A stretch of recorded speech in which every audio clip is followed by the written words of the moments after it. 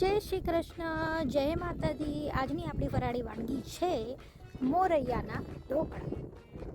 તો સૌપ્રથમ મેં આ મોરૈયો લઈ લીધો છે. એક ફ્રૂટમાં જે મળે છે એ જ તૈયાર મોરૈયો છે. એને મેં એક મિક્સીમાં લઈ લીધું છે અને એને હું બારીક પીસીને એનો ફાઇન પાવડર બનાવી દઈશ.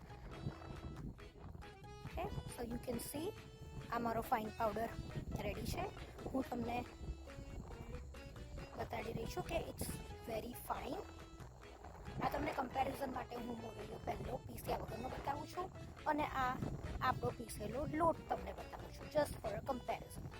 ઓકે, હવે આપણે આની અંદર આદું એડ કરીશું. પીસેલું આદું છે. એની અંદર આપણે લીલા મરચાંની પેસ્ટ એડ કરીશું અને એની થોડુંક બરાબર હું પહેલાં મિક્સ કરી લઈશ, જસ્ટ ટુ સી કેટલું લીલા મરચાંમાંથી મોઇશ્ચર આવે છે.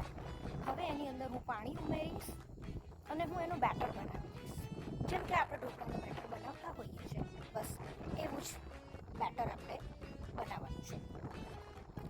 સી હું મિક્સ કરી રહી છું. મને થોડી પાણીની વધારે જરૂર લાગે છે તો હું થોડું ઓર પાણી ઉમેરી રહી છું. અત્યારે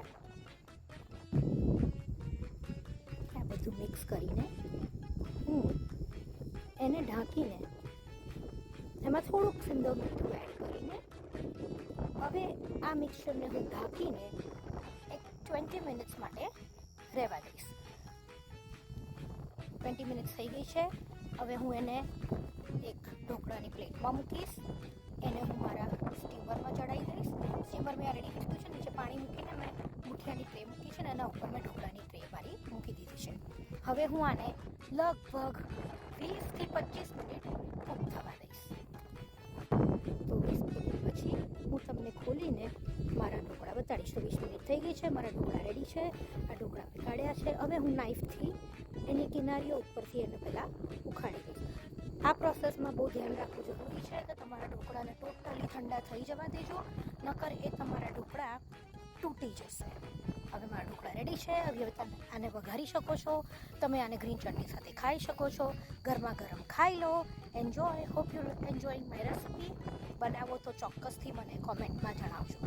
જય માતાજી, જય શ્રી કૃષ્ણ, હેપી શ્રાવણ.